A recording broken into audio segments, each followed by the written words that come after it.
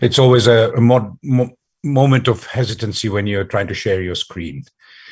But thank you very much. Thank you for your very kind introduction. It's always a pleasure to participate in Diabetes India, and I'm grateful for your invitation again. I'm honored, and it's a great privilege. It's a pity that we're not in Goa, but there we are, next year perhaps.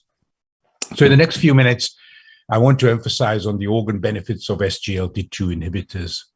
The reason for this presentation or this title is that I am frequently asked the following question for patients with diabetes, and that is, who should have SGLT2s, when, and why? And so over the course of the next few moments, I would like to present some data and information and then try and answer the question at the end of the presentation. I realize that you will be seeing quite a lot about SGLT2s through the course of this meeting. So mine is an overview rather than a concentration on any specific databases. So in order to try and answer the question that I have posed, I'm going to cover SGLT2s in renal disease and heart failure as an example of the organs.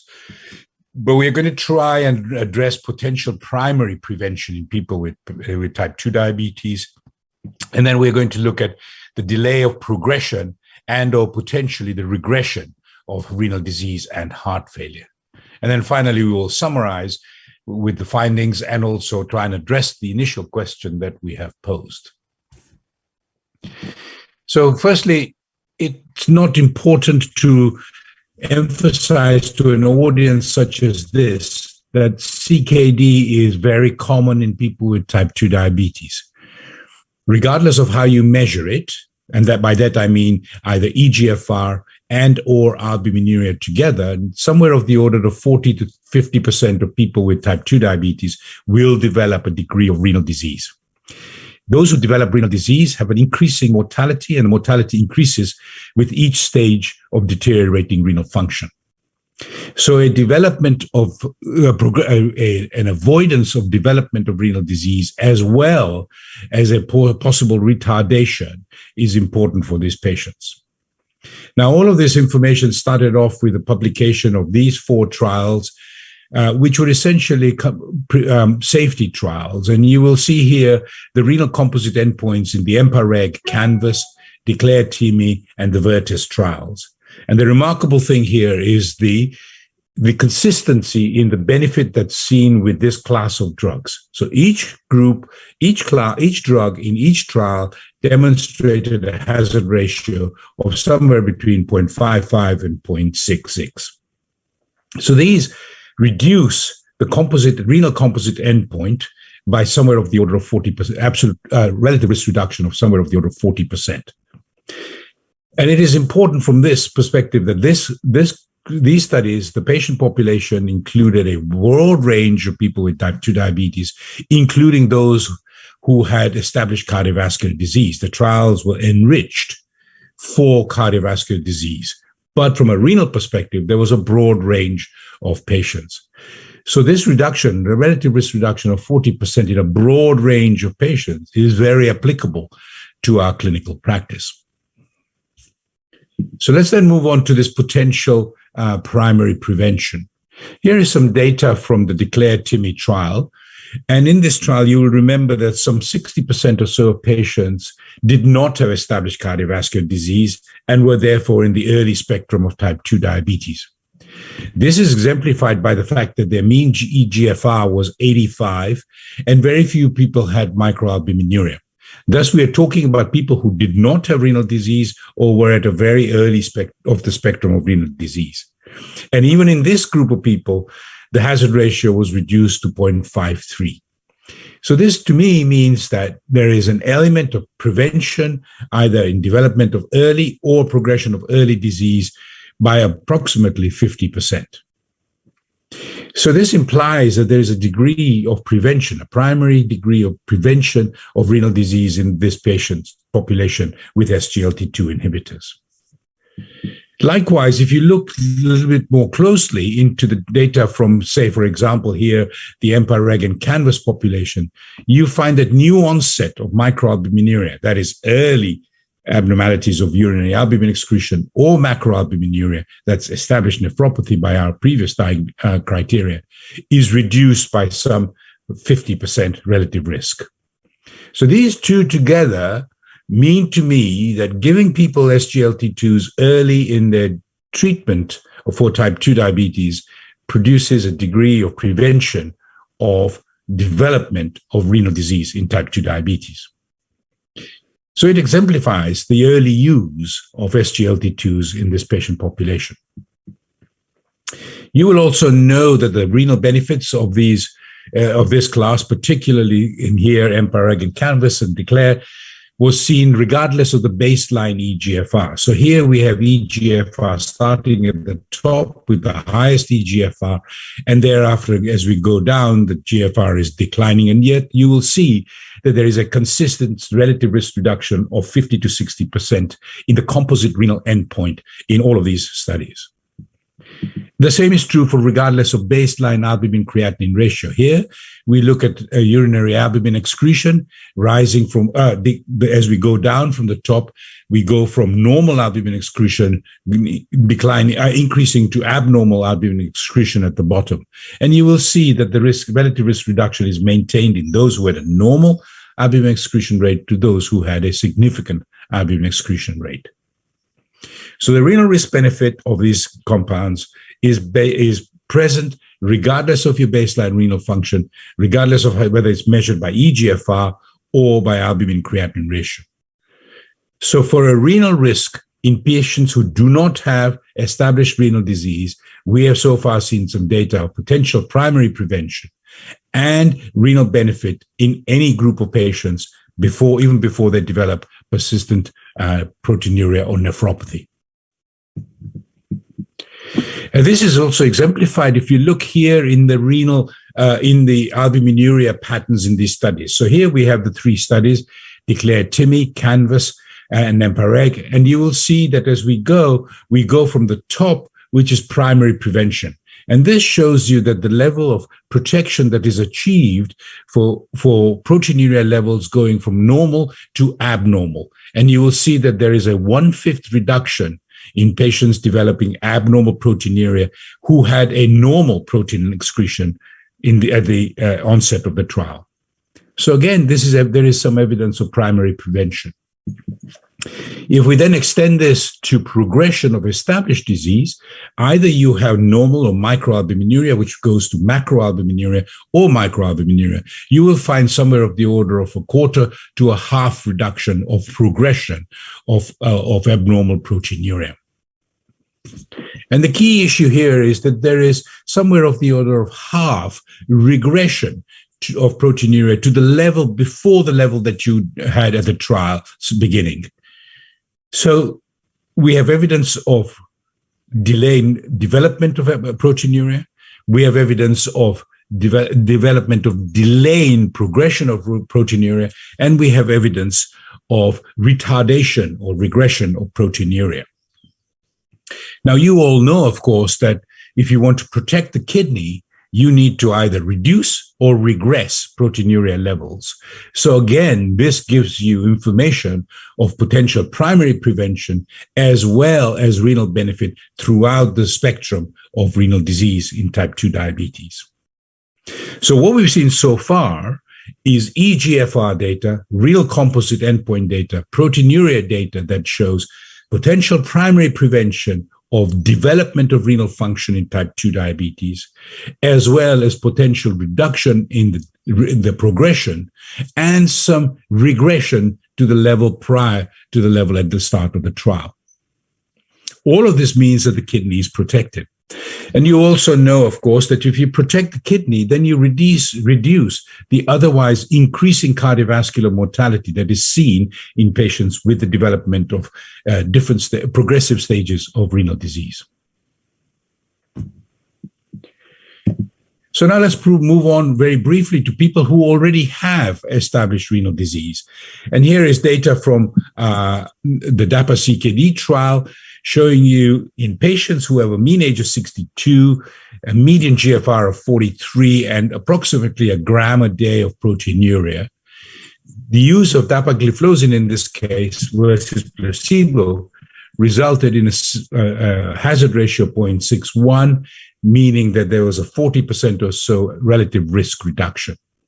And if you look at the curves, it takes approximately 8 to 12 months before these curves begin to separate, which is very different from the curves that we will see for heart failure in a moment.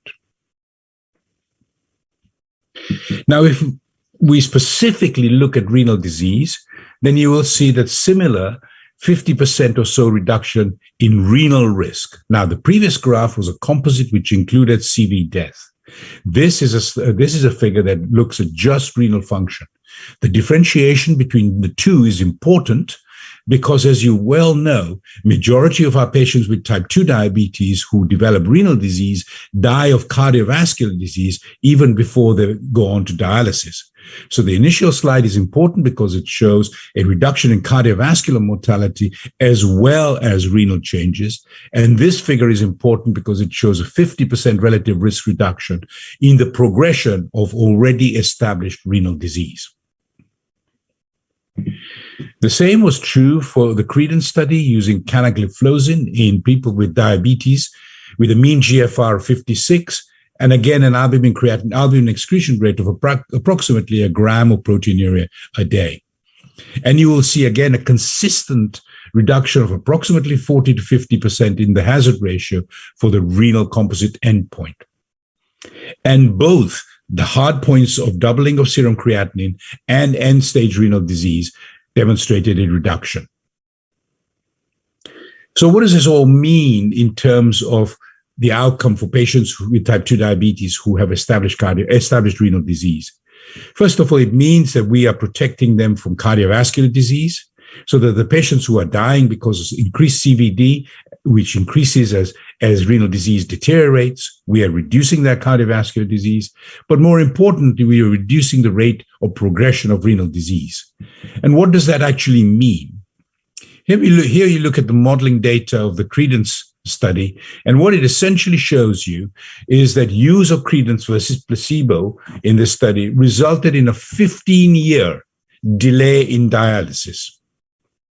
So if you have a patient with type 2 diabetes with established renal disease, GFR of 55, proteinuria of a gram a day, the use of an sglt2 will delay the use of dialysis by 15 years.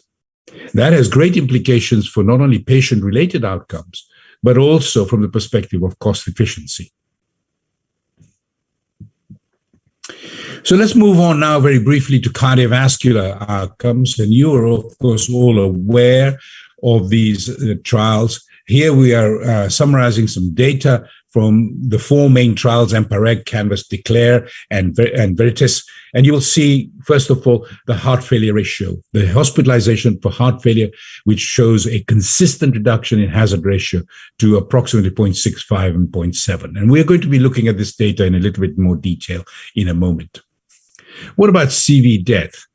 Different trials with different patient populations and different primary outcomes and different statistical analysis. But you will see that empagliflozin in a group of patients who had been enriched with cardiovascular disease for the trial revealed a reduction of approximately 40% hazard ratio in CV death. The others did not show this because the patient population was very different, the analyses were different, etc. Similarly, in 3-point MACE, it's difficult to show an analysis because of the different populations. And indeed, particularly in CANVAS and DECLARE, this was not a primary statistical endpoint. It was used as an exploratory endpoint. So 3P MACEs were not used predominantly in these studies. So let's turn our attention to heart failure. Again, we go back to the four main trials, and you will see here hospitalization for heart failure in all four trials shows approximately the same 0.4, 0.35 reduction in hazard ratio. So there is somewhere of the order of 30 to 40% reduction in relative risk of hospitalization for heart failure. Now, this was for hospitalization for heart failure as a first episode, but also as a potential repeated episode. And what we're interested in from a potential primary prevention perspective is, what does it do? What do these agents do if you did not have a history of heart failure?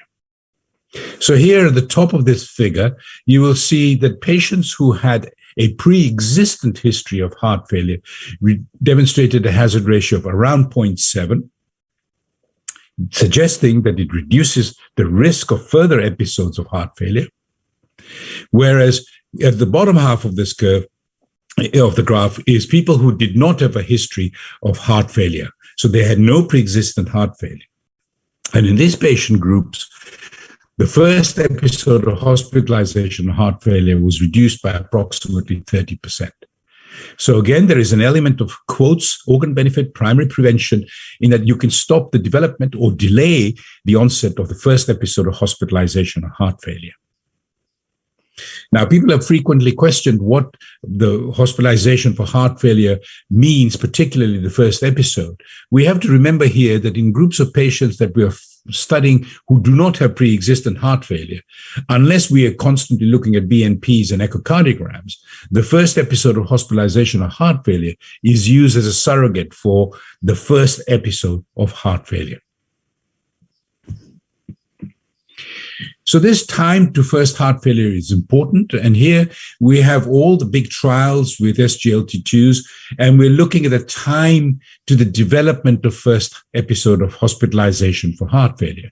And you will see a consistent benefit with a relative risk reduction of approximately 40% in the time to first heart failure. And again, this gives you an idea, an emphasis on potential prevention of the development of heart failure or potential delay in the development of first episode of heart failure. So far we've seen data from the 4 main trials of prevention of hospitalization for heart failure in a broad range of population of type 2 diabetes. We've then seen some data that the time to and the occurrence of the first episode of heart failure is prevented in all of these patients. So what about people who already have pre-existent heart failure? And here I'm summarizing the data from the 2 big trials, the EMPEROR reduced with empagliflozin and DAPA heart failure with dapagliflozin. And you will see a consistency in the results. And you will see that at the top half, particularly for this presentation, in patients with diabetes, there is a 25% relative risk reduction in people who have established heart failure in the development of next episode of heart failure or the development of CV death. So here we're looking at the composite of CV death and hospitalization for heart failure. A consistent result in both those main trials showing you a reduction of approximately 25%. This information is present in patients with diabetes, and the result is consistent in people without diabetes, which gives the whole physiological basis for the treatment credibility. The benefit is seen in people with diabetes with or without eGFR reduction. The other component of these trials that's important to recognize is what happens to renal function in the heart failure trials. Now, we're all aware of the fact that in patients with heart failure, declining renal function is seen frequently, which limits therapy. The reverse is also true, which is in patients with renal disease, we see heart failure frequently. But here what we are seeing is the data in hospitalization for heart failure in patients who already had established HFrEF. And here we can see an approximately 30 to 50% relative risk reduction in the development of a renal composite endpoint in a heart failure trial, in a HFrEF trial. So the renal benefits that we saw earlier in my presentation is also maintained in patients who were in the trial, in a heart failure trial.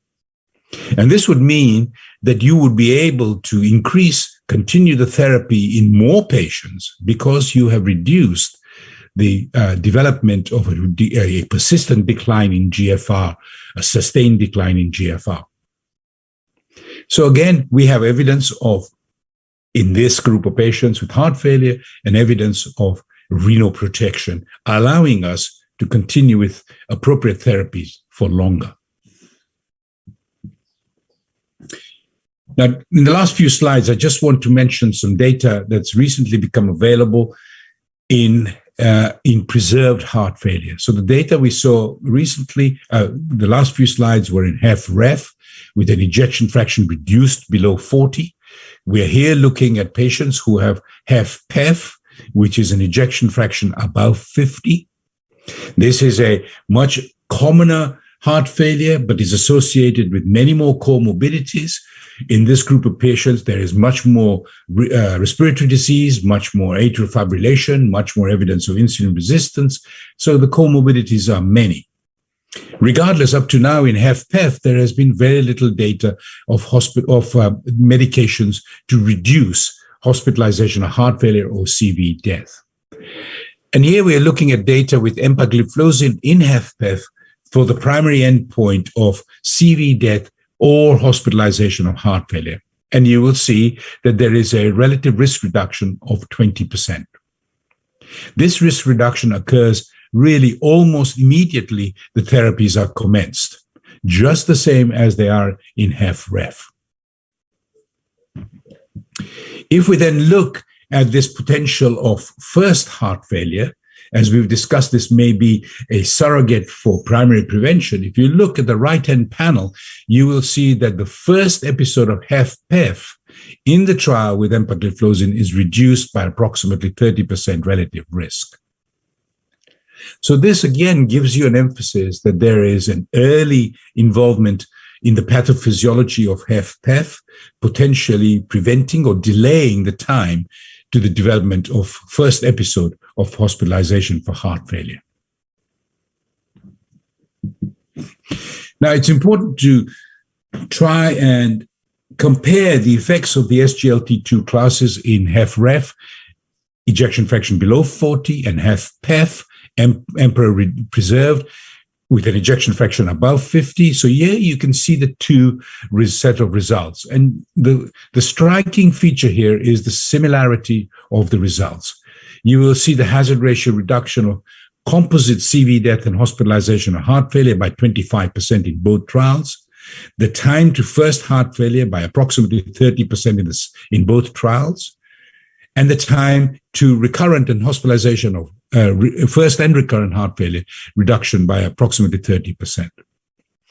Important to note that when you look at CV death alone, you do not see a benefit in these two studies.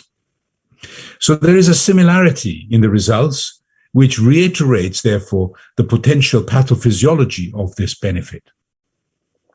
Now, in the 20 minutes or so that I had, I could not cover the mechanisms of this benefit, and I'm sure that this will be covered through the course of the next 2 or 3 days. So what is the benefit in terms of patients? How does this translate for us in clinical practice? And here you will see that in the right-hand panel, that you have to use these therapies in very few patients for a very short duration of time to achieve the benefit that's accrued. So these are cost-effective, patient outcome effective, very effective drugs to use in heart failure. So how is this changing the ethos behind the management of heart failure? And the guidelines are now changing completely, whereas previously we had a stepwise approach. And now the guidelines are telling us that all 4 therapies, beta blockade, mineral receptor antagonists, RAS blockade, or ARNI, and SGLT2s should be initiated simultaneously at the diagnosis of a heart failure. And thereafter, therapies should be increased according to tolerance. Now, if you do this, what you see is this benefit. So here we have the relative risk reduction of each of the classes of the therapies: ARNI, beta blockade, MRA, and SGLT2s. But the top part of it is if you have no therapy, the 2-year mortality is 35%.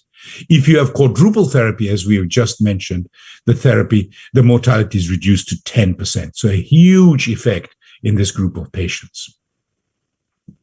So in my last slide, In terms of renal disease, this group of therapies seems protective at all stages of renal disease, from prevention of development as well as progression and renal death. From the heart failure perspective, it improves cardiovascular outcomes, primary cardiovascular endpoints in HFrEF, primary first admission with development of HFrEF in people with or without pre-existent HFrEF, with or without diabetes, with or without CKD, and regardless of baseline therapy. And finally, we also have positive results with HFpEF predominantly related to hospitalization for heart failure. So in response to the question I posed early, who in type 2 diabetes should have these therapies when? I would suggest that all patients with type 2 diabetes should have an sglt2 inhibitor in their therapeutic regimen. If you're not on an sglt2, you should be on one. Thank you very much.